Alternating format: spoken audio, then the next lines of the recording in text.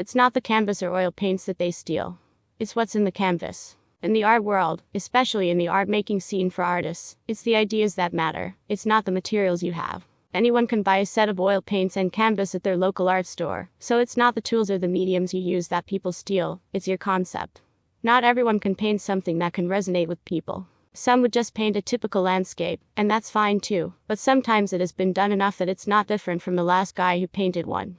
So it does not connect with people, it becomes generic.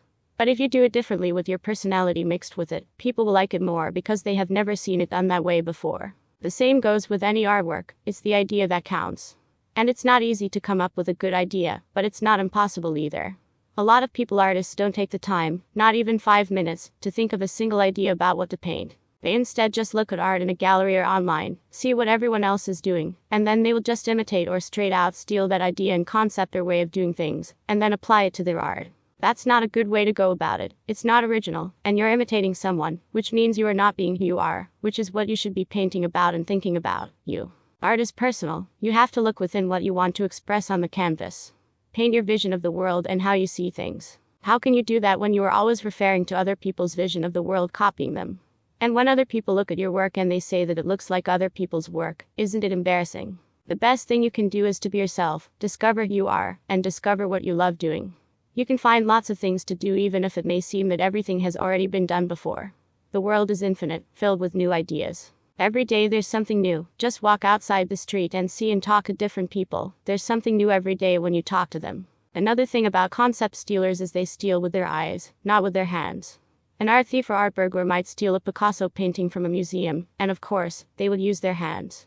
But the fellow artist who steals another artist's concept only needs to look at the artwork, and he can copy its idea and claim it as his own. They do this because they believe that a road that has been proven to work is the right path to be, that they should at least have their work look close to some artist who is doing well, so that if they like the famous artist's work, these people would also like his work, and that would put them into stardom and fame. When you do this, you alienate who you are. You are just a copycat, a cheap and discount version of someone else's art. Don't you want to be authentic and original? Of course, you do. We are all born different. Even twins don't like the same things. So why should you imitate others just because it has worked for them? And no, techniques and principles are not a part of this. Meaning someone can teach you how to do things, but you're not supposed to do it exactly the way someone teaches you to do it. Like if someone teaches you to do small paintings because they sell well, you can still do those small paintings, but don't copy the artist's art style too, or what he also paints on that small canvas. Paint in your style, paint your story, and adapt their business model if it applies to you, but leave it at that. Keep your work original. Vincent van Gogh said, "Normality is a paved road. It's comfortable to walk, but no flowers grow.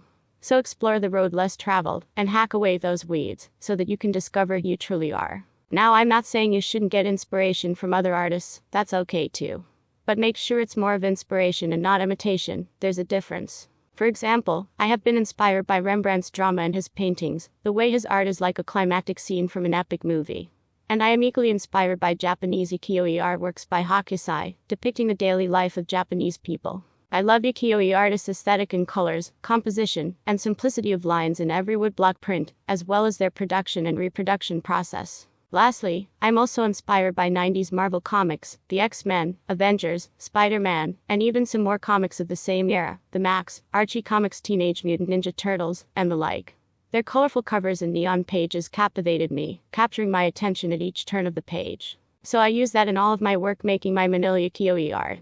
I didn't paint Rembrandt's religious depictions of scenes from the Bible, however, I have seen his works 1,000 times that when I walk in the streets of Manila, that when I see people laying down sleeping, eating, or laughing, I could see drama or an epic scene.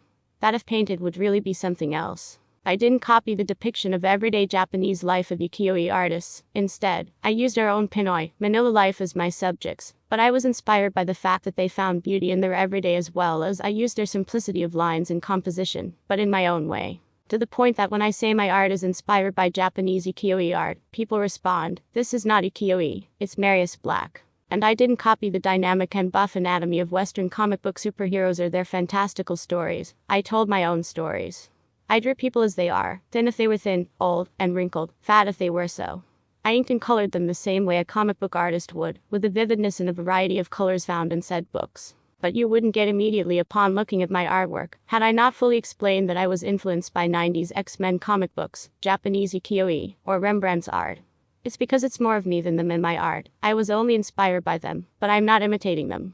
It's inspiration imitation. I have also been a victim multiple times of artists trying to imitate my art style and approach. And you will eventually get your copycats when you consistently put out and create new and great ideas and concepts. And rather than thinking of a new idea when getting inspired by new art, copycat artists just give in and copy a newly blooming concept. I mean, I'm happy these artists are painting and are at least doing something, but please paint something else. Look within you, for that is where I found myself. I don't like it when I look at your work and also find myself in there. I won't name names, there are too many to mention if you ask me, and some of them are big-time artists, and some are local, and some are international artists, some I know and some I don't. All trying to steal from lesser-known artists so that we can't do anything about it. These copycat artists scout other artists' works for their concepts, especially the more younger artists who have fresh and original ideas. Copycats prey on them and take advantage of them, either hiring them to make concepts for them or flat out just stealing the artist's vision or story, and beating him to market or exhibiting it to the gallery. And how can a starting out artist fight a battle with an established artist who already has a lot of connections in the art world? You really can't. They have more resources. You can only make more art and see to it that you make more original work and even stick to the art style and concept they stole. Because eventually, when the truth is revealed, you have proof showing the evolution of your style, along with your body of works. It's a good thing we always post on Facebook and social media nowadays. We have camera phones that have metadata, and we can easily prove now in court the date and even history, when we took a picture of something we did. We can go back to a post as proof we were the first ones to do something. Just think of this, they have all the money, the resources, manpower, and art world connections. They have more art shows and exhibit invites and followers than you can only dream of. And yet they still steal your art. Pathetic, no. For me, the original concept artist wins every time. Because if your ideas are new and original, you'll eventually get noticed, and you'll be successful if you're also a decent person. The copycats, well, they built their fortune stealing, and even if no one knows it or they never admit it, they know it. And knowing that will eat them up, not because they stole from you, but because they don't know who they really are. As I said, people can steal your ideas and pass them as their own. These guys, being well-known artists, have the money to buy big canvases and high-quality paint, but they are so conceptually bankrupt that they have to steal from lesser-known artists.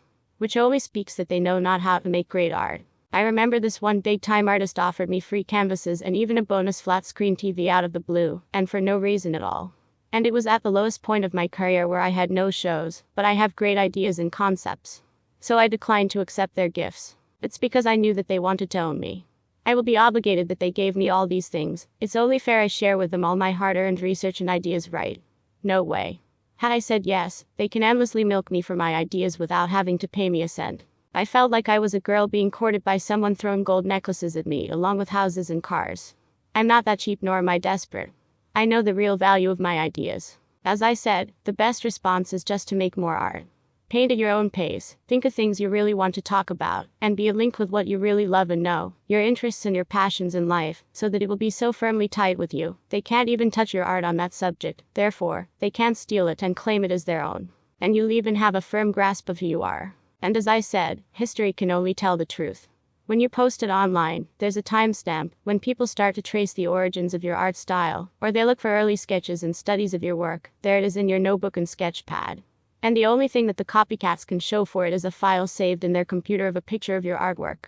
Or if you ask the copycats what is the origin of their idea, it's actually a memory of that one night when you told them drunkenly of the painting you're planning to do, to which when you see their next artwork, it's the one you talk about a few nights ago. Pro tip. Don't talk about what you're going to paint, especially around those artists you don't know very well or trust actually. Even if you trust them or know them, don't tell them what you'll be painting. Even some of those fuckers you trust and have been your friend for more than a decade can still, and will, screw you over with the idea they heard and got from you anytime they are forced to paint and are facing a blank canvas. They know what they're doing, but they'll still do it. It's a dog-eat-dog world out there, at least for some starving for attention or fame. So you shouldn't just babble your concepts and ideas to other people, especially verbally, because you don't have proof that you told them this or that. Unless it's recorded audibly or in a chat. The point is, take care of your ideas.